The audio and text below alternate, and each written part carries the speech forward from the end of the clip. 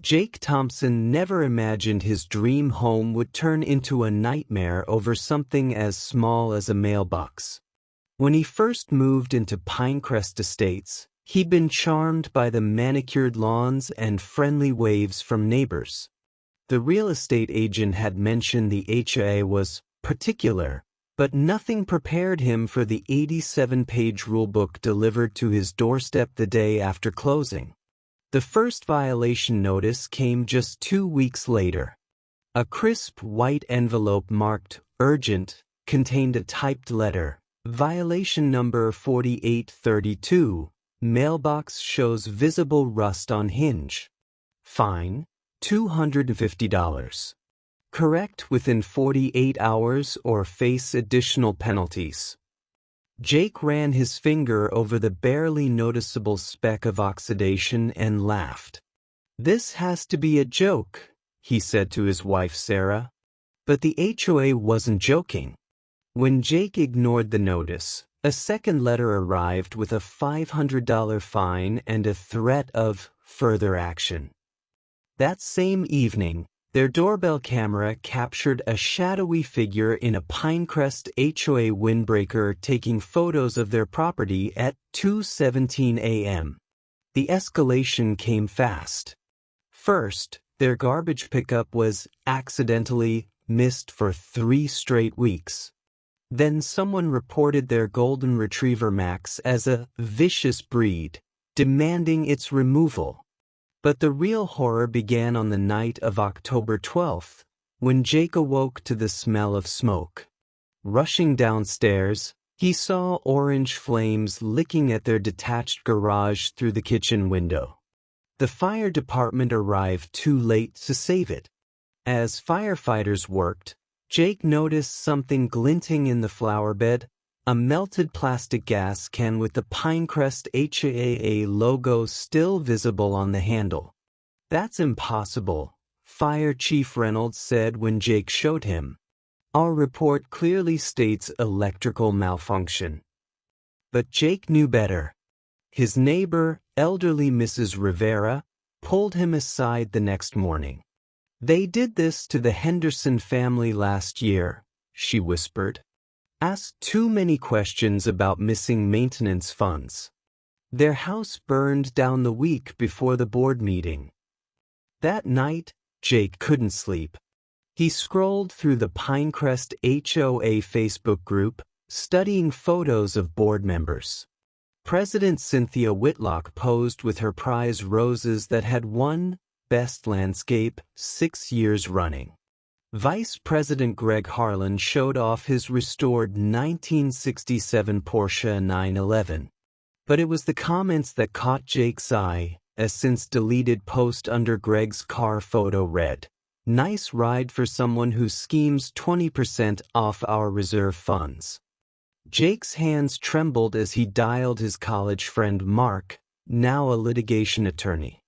"I need to sue the HOA for arson," Jake said. Mark's long silence spoke volumes. "You're talking about taking on people who clearly play dirty," he finally said. "You'll need irrefutable proof. And Jake? You'll need to stay alive long enough to present it." As Jake hung up, a notification popped up on his phone, another HOA violation. Unauthorized security camera facing common area. Fine, $1,000. Remove immediately. He stared at the message, realizing they knew he was gathering evidence. The doorbell camera that caught their arsonist was now a liability. Jake sat frozen in his kitchen, staring at the violation notice. The clock ticked past midnight as he replayed the fire in his mind. That gas can wasn't just evidence, it was a message. "We can burn your whole life down." His phone buzzed an unknown number. The text simply read, "Cameras are against community rules.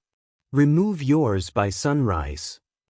He jumped when Sarah placed a hand on his shoulder. "We should just pay the fines," she pleaded, eyes red from crying. "It's not worth our lives." But Jake noticed how her fingers trembled around her coffee mug. That's when he made his decision. The next morning, Jake complied. He took down the doorbell camera and installed 3 hidden ones instead. Tiny lenses peered through fake sprinkler heads, a birdhouse, and the mailbox they'd complained about. Let them think they'd won. At work, Jake's construction crew noticed his distraction. "You okay, boss?" asked Luis, his foreman. Jake almost confessed everything, until he remembered Luis lived in Pinecrest too. Could he trust anyone? That evening, Mrs. Rivera appeared at Jake's door with a pie. "For your troubles," she said too loudly, then slipped a folded note into his hand. Inside were 3 words: "Check the clubhouse records." Breaking into the HOA clubhouse was easier than Jake expected. The back door lock was busted, probably from all the approved vendors coming and going. Inside, filing cabinets overflowed with violation notices. But it was the financial records that made Jake's blood run cold. Page after page showed withdrawals labeled landscaping, $15,000 to a company called Green Thumb LLC. A quick Google search showed the company was registered to Greg Harlan's home address. The math was simple. They were stealing enough to fund Greg's Porsche payments. Jake snapped photos when a noise made him freeze. Footsteps. Someone was here. He dove behind a desk as the lights flicked on. Through a gap, he saw Cynthia Whitlock rifling through the same files he just searched. She pulled out a folder marked Thompson and smiled. Jake's phone chose that moment to vibrate. Cynthia's head snapped up. "Who's there?" she demanded. Heart pounding, Jake stayed silent. After what felt like hours, she left, taking his file with her. Back home, Jake reviewed the photos. This was proof of embezzlement, but not arson. Then he noticed something odd in one shot: a receipt for 20 gas cans purchased last month. The buyer? Pinecrest HOA. Sarah was asleep when Jake's new hidden camera alerted him. The footage showed a figure in black crouching near their electrical panel. Then, the screen went dark. At the same moment, every light in the house died. From outside came the unmistakable snick of a gas can opening. The smell of gasoline filled Jake's nose as he crept toward the front window. Through the blinds, he saw 2 figures pouring liquid around the foundation of his house. His fingers tightened around the baseball bat he'd grabbed from the closet. Then, a crash from the backyard. Jake spun around just as his kitchen window shattered. A flaming bottle came flying through, exploding in a fireball on his tile floor. Molotov cocktail. Sarah screamed upstairs as flames licked up the curtains. "Call 911. Jake yelled as he grabbed the fire extinguisher. He blasted the kitchen fire just as another bottle smashed against the side of the house. That's when the sprinklers came on, the ones he'd installed his hidden cameras in. Water rained down on the would-be arsonists outside. One cursed loudly, a voice Jake recognized. Greg Harlan. The HOA vice president himself was standing in Jake's driveway, gas can in hand. Suddenly, red and blue lights flooded the street. Police cars screeched to a halt as Greg and his accomplice bolted. But they didn't get far. Officers tackled them near the mailbox that started it all. Firefighters arrived minutes later to put out the small fires. As Jake gave his statement, he noticed Mrs. Rivera talking intensely with a detective. The old woman caught Jake's eye and gave him a small nod. The next morning, the story made the local news. HOA board member arrested for attempted arson. But Cynthia Whitlock was nowhere to be found. Her house stood empty, the prized rose garden trampled. Jake was reviewing his hidden camera footage when his phone rang. Unknown caller. "You think you've won?" a distorted voice hissed. "We have your wife." The line went dead. Jake's blood turned to ice. Sarah wasn't home. She'd left an hour ago to get groceries. He tried calling her phone. No answer. Then a text arrived with a photo attachment. Sarah sat bound to a chair in what looked like the HOA clubhouse storage room. The message read, "Bring all your evidence to Lot 42 by sunset. Come alone or she dies." Jake's hands shook as he dialed Detective Martinez, the officer from last night. But before he could speak, another text came through, "We're watching. Tell the cops and we'll know." At that moment, Jake noticed something odd in the hostage photo. Sarah's hands were moving in a way that didn't look natural. Zooming in, he realized she was signing. They'd taught each other basic sign language after Sarah's cousin went deaf. Her fingers clearly formed two letters over and over, T and R. Jake's mind raced as he stared at Sarah's secret message. She was warning him. But how could he save her without walking right into their hands? Then he remembered the old construction trailer parked at Lot 42, an empty property the HOA had been fighting over for years. It had perfect visibility from 3 sides. If they were watching for him, they'd see everything. He grabbed his toolbox and rushed to the garage. Hidden behind fire-damaged drywall was his backup phone, the one not connected to their accounts. He texted Detective Martinez in code, "Need plumbing help at Lot 42. Big leak. 6 p.m. The detective would understand. At 5:30 p.m., Jake drove toward Lot 42, his trunk filled with evidence files and a few surprises. Halfway there, his phone buzzed. Unknown number again. "Stop your car. Get out. Walk the rest." Jake obeyed. As he walked down the deserted street, a black SUV pulled up beside him. The window rolled down to reveal Cynthia Whitlock, her usually perfect hair messy, eyes wild. "Get in," she ordered. "Slowly. Hands where I can see them." The SUV smelled like bleach and sweat. Cynthia kept a pistol trained on Jake as they drove. "You ruined everything," she spat. "We built the perfect community. Then you came along with your questions and your cameras." Jake stayed silent, counting turns in his head.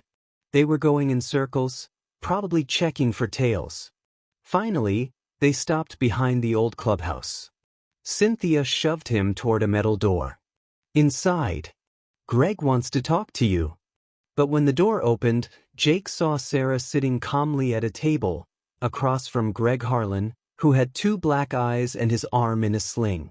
"About time," Sarah said. Then she smiled. Greg looked terrified. "She's crazy," he blurted. "She jumped me when I went to grab her." Sarah held up a phone playing audio.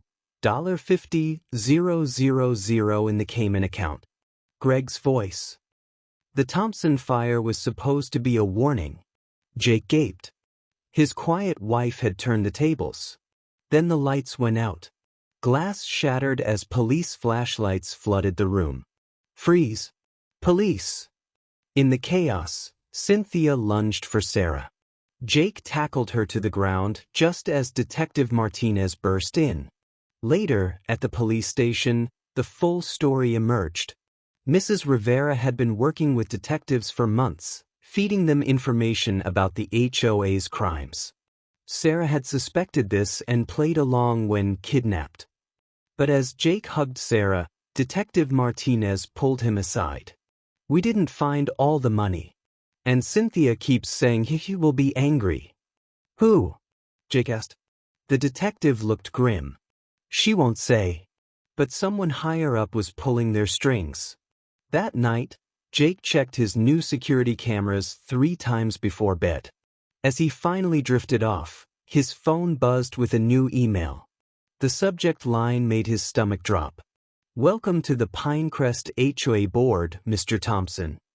Jake's hands shook as he stared at the email.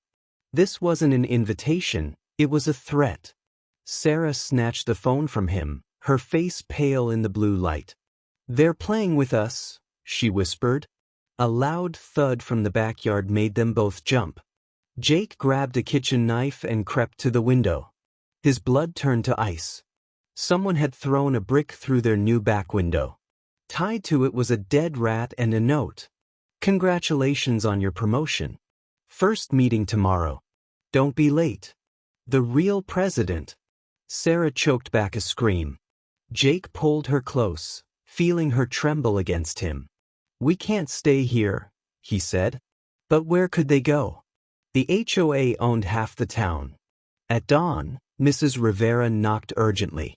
You must come, she insisted, eyes darting around. Before they see us. She led them to her basement, where newspaper clippings covered the walls. Every accidental death or disappearance in Pinecrest for 20 years. Fire victims. Drowned swimmers. A car crash. All had one thing in common. They'd fought the HOA. Mrs. Rivera pressed a key into Jake's hand. My nephew is a reporter. He's been investigating for years. These people, they don't just control the neighborhood. They control the police. The mayor. Everything. Jake's phone buzzed. Unknown number, 12 p.m. Clubhouse basement. Bring the files. Or we bring Sarah's mother to the meeting instead. Sarah gasped. Her mom lived 3 states away. How did they know? The clubhouse looked deserted when Jake arrived. His stomach churned as he descended into the dark basement. The door locked behind him with a sickening click. A single light flickered on, revealing Cynthia Whitlock tied to a chair, bruised and gagged. A shadowy figure stepped forward, a man in an expensive suit, his face hidden by the dim light. Mr. Thompson, the man said smoothly. I'm the one who really runs Pinecrest. And you've been very rude. He placed a folder on the table. Inside were photos, Jake's parents' house in another state. Sarah's sister's apartment. Their workplaces. You have 2 choices, the man continued. Join us properly, or watch everyone you love burn. Jake's vision went red with rage. But then he noticed Cynthia shaking her head desperately, tears streaming down her face. The man smiled. Oh, didn't Cynthia tell you? She's not the villain here. She's just another puppet, like you're about to become. A gun cocked behind Jake.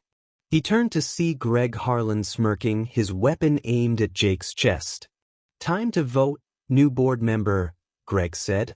Do we kill you now, or after you help us frame Cynthia for everything? Cynthia's muffled screams filled the room as Jake realized the horrible truth. This was never about mailboxes or fines. Jake's breath came in short gasps as the gun pressed into his back.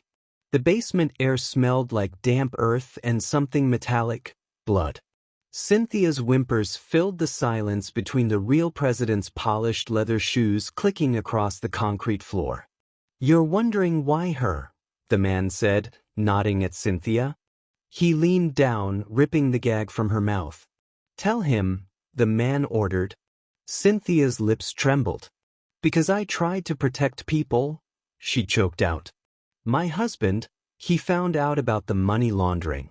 They made his car accident look like drunk driving. Her voice broke. Our daughter was in that car too. Sarah's photo fell from Jake's pocket as Greg shoved him forward. The real president picked it up, studying it like a scientist examining a bug. Pretty wife, he mused. Shame about her mother's heart condition. His smile didn't reach his cold eyes. One phone call and she could have a fatal attack. So tragic. Jake lunged, but Greg's gun cracked against his skull. White pain exploded behind his eyes as he crashed to his knees. Now, the real president said. Let's discuss your first assignment. You're going to testify that Cynthia here burned your house down. That she acted alone. He pulled out a syringe. After this, you'll believe it yourself. Cynthia screamed as the needle came closer to Jake's neck. Don't. I'll do what you want. The basement door burst open. Mrs. Rivera stood there, a shotgun shaking in her wrinkled hands. Leave them alone. Greg laughed, until the old woman fired. The blast took out a light fixture, plunging half the room into darkness. Chaos erupted. Jake tackled Greg as the gun skittered away. Cynthia headbutted the real president, his nose exploding in a spray of blood. "Run!" Mrs. Rivera yelled, tossing car keys to Jake. "The blue truck! Go now!" Jake grabbed Cynthia's arm as they fled up the stairs. Behind them, the real president's roar of rage echoed, "You're all dead!" The truck's engine roared to life. As they peeled away, Jake saw Greg staggering outside, raising his gun. Bang! Mrs. Rivera fell on the clubhouse steps. "No!" Cynthia shrieked, reaching for the door handle. Jake floored the gas. Tears blurred his vision as the old woman's body shrank in the rearview mirror. His hands shook so badly the wheel vibrated. Cynthia rocked back and forth in the passenger seat, muttering, I'm sorry," over and over. Jake's phone buzzed. Sarah's frantic voice, "Jake? Men are here." There, the line went dead. The truck swerved as Jake's whole world tilted. He'd walked right into their trap. And now Sarah would pay the price. Cynthia grabbed his shoulder hard. "Listen to me. We can still fix this.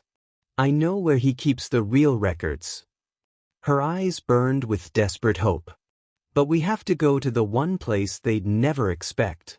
She whispered an address that made Jake's blood freeze. The Pinecrest Memorial Cemetery. Rain hammered the windshield as Jake sped toward the cemetery. Each wiper swipe revealed glimpses of the wrought iron gates ahead, twisted like bones in the flash of lightning. Cynthia clutched the dashboard, her knuckles white. "My husband's grave," she shouted over the storm. "That's where he hid it." Jake's throat tightened. "Hid what?" "The ledger," she gasped. "Every payment. Every name. Proof the mayor and police chief are on his payroll." The truck skidded to a stop by a towering oak tree. They sprinted through the downpour, their shoes sinking into muddy grass. Gravestones watched like silent judges. Cynthia fell to her knees before a modest headstone. Michael Whitlock, beloved husband and father. She dug frantically at the base with bare hands. "Help me!" Jake's fingers scraped against cold metal. A rusted lockbox emerged from the dirt. Cynthia fumbled with the combination, her daughter's birthday. The lid creaked open. Inside lay a black notebook, its pages filled with columns of numbers and initials. But what made Jake's stomach drop were the photos, Sarah tied to a chair in a dark room. A timestamp from 2 hours ago. No. Jake flipped the photo over. Scrawled in red ink. "Midnight. Your new house. Bring the book or watch her burn, for real this time." Cynthia grabbed his arm. "We have to call the police." "Which ones?" Jake snapped. "The ones on his payroll?" He stared at the photo, Sarah's terrified eyes piercing his soul. "I have to go. Alone." Cynthia's face hardened. She reached into the box and pulled out a small pistol. "Then take this. And this." She handed him a slip of paper with an address. "My sister's cabin. Safe location. If you survive, meet me there." The rain eased as Jake drove toward his burned-out house, the notebook heavy on the passenger seat. His mind raced. Why would they choose his destroyed home? Because no one would hear the screams. The truck's headlights revealed figures moving inside the skeletal remains of his garage. 3 of them. One held a gas can. Jake parked a block away, the gun cold in his hand. Every step toward the house made his pulse roar in his ears. He peered through a broken window. Sarah wasn't there. Instead, Greg Harlan stood over a bound figure, Detective Martinez, beaten bloody. Right on time, Greg sneered, spotting Jake. "The boss wants you to watch this." He doused the detective with gasoline. Jake's finger hovered on the trigger. But a voice behind him made his blood freeze. "Drop it, hero." The real president pressed a gun to Jake's temple. "Now you'll learn what happens to rats who dig up graves." Somewhere in the dark, Sarah screamed his name. The cold gun barrel dug into Jake's skull as the real president chuckled. You really thought you could win? His breath smelled like expensive whiskey. This neighborhood belongs to me. Jake's eyes darted around the ruined house. Shadows moved in the darkness. Greg smirking near the gasoline, 2 other men blocking the exits. Detective Martinez groaned on the floor, his face swollen and bloody. Then, a crash from upstairs. Sarah's voice screamed, "Jake!" followed by the sound of a struggle. Something inside Jake snapped. He elbowed the real president hard in the gut. The gun went off, the bullet whizzing past Jake's ear. Chaos erupted. Jake dove behind a charred kitchen counter as more gunshots rang out. Greg shouted in pain, hit by friendly fire. The detective somehow got free, tackling one of the men to the ground. "You'll never find her," the real president yelled, running toward the backyard. Jake chased him through the broken sliding door. Rain poured down in sheets as they stumbled over burnt debris. The man turned, gun raised. Bang! The real president's shoulder jerked back. He dropped his weapon, clutching the wound. Behind him stood Mrs. Rivera, alive but barely standing, her shotgun smoking. "Should've finished the job," she gasped before collapsing. Jake rushed to her side, but the old woman pushed him away. "Go. Second floor closet, hidden panel, Sarah." With one last look at his enemy bleeding in the mud, Jake ran back inside. He took the stairs 3 at a time, heart pounding. The closet door hung broken on its hinges. Inside, behind a loose board, Jake found a small crawl space, and Sarah, bound and gagged but alive. As he tore off the duct tape, she sobbed, "It's him. The real president is." A gunshot echoed through the house. Then silence. Jake held Sarah close as they crept downstairs. The scene froze them in horror. Detective Martinez stood over the real president's body, gun still smoking. Greg and the others lay motionless. Blood mixed with rainwater on the floor. "You're safe now," the detective panted. Then his eyes went to the black notebook Jake still clutched. "Give that to me." Something in his tone made Jake step back. Sarah's nails dug into his arm. The detective's friendly mask slipped away. "You really don't get it, do you?" He raised his gun again. "There's always someone higher up." Footsteps splashed outside. Cynthia appeared in the doorway, her own gun aimed at the detective's head. "Drop it, Martinez," she said, "or I put a bullet between the eyes of the man who killed my family." Jake realized the terrible truth. This war wasn't over. It never would be. Not until every last corrupt person was exposed. As police sirens wailed in the distance, Jake made a decision. He grabbed Sarah's hand and ran into the storm, the notebook stuffed inside his jacket. They had proof now, and they would use it, no matter the cost. The rain felt like needles on Jake's skin as they ran through the dark streets. Sarah limped beside him, her breath coming in ragged gasps. The notebook in Jake's jacket burned against his chest like a live coal. "We can't trust anyone," Sarah panted. "Not even the police." Jake spotted Mrs. Rivera's blue truck still parked where they left it. As they jumped in, headlights suddenly flooded the cab, 3 black SUVs screeching into the street behind them. "Go!" Sarah screamed. The truck's tires spun on wet pavement as Jake floored it. In the rearview mirror, he saw figures pouring out of the SUVs. Then gunfire popped like fireworks. Bang! A bullet shattered the back window. Sarah ducked, sobbing. "They'll never stop coming for us." Jake swerved onto the highway, his mind racing. There was only one way to end this. He grabbed his phone and dialed the number Cynthia had given him, her reporter nephew. "Meet us at Channel 7 News in 20 minutes, Jake shouted over the engine roar. "We have proof of everything." The SUVs gained on them. One pulled alongside, trying to force them off the road. Jake yanked the wheel hard left. The SUV clipped their bumper and spun out in a shower of sparks. Sarah clutched the notebook to her chest. What if the news station is in on it too? Jake's blood ran cold. She was right. They needed somewhere more public. Somewhere with cameras already rolling. The mayor's press conference. Jake remembered seeing the signs downtown. They're announcing the new housing development tonight, right where Pinecrest is. They arrived to a mob of reporters and flashing cameras. The mayor stood at a podium under bright lights, smiling his plastic smile. Jake didn't hesitate. He crashed the truck through the barricades, sending security guards scrambling. As they skidded to a stop, he grabbed the microphone from the stunned mayor. The HOA is murdering people. Jake's voice boomed through the speakers. Chaos erupted. The SUVs screeched to a halt at the edge of the crowd. Men in dark suits pushed through the panicking reporters, but it was too late.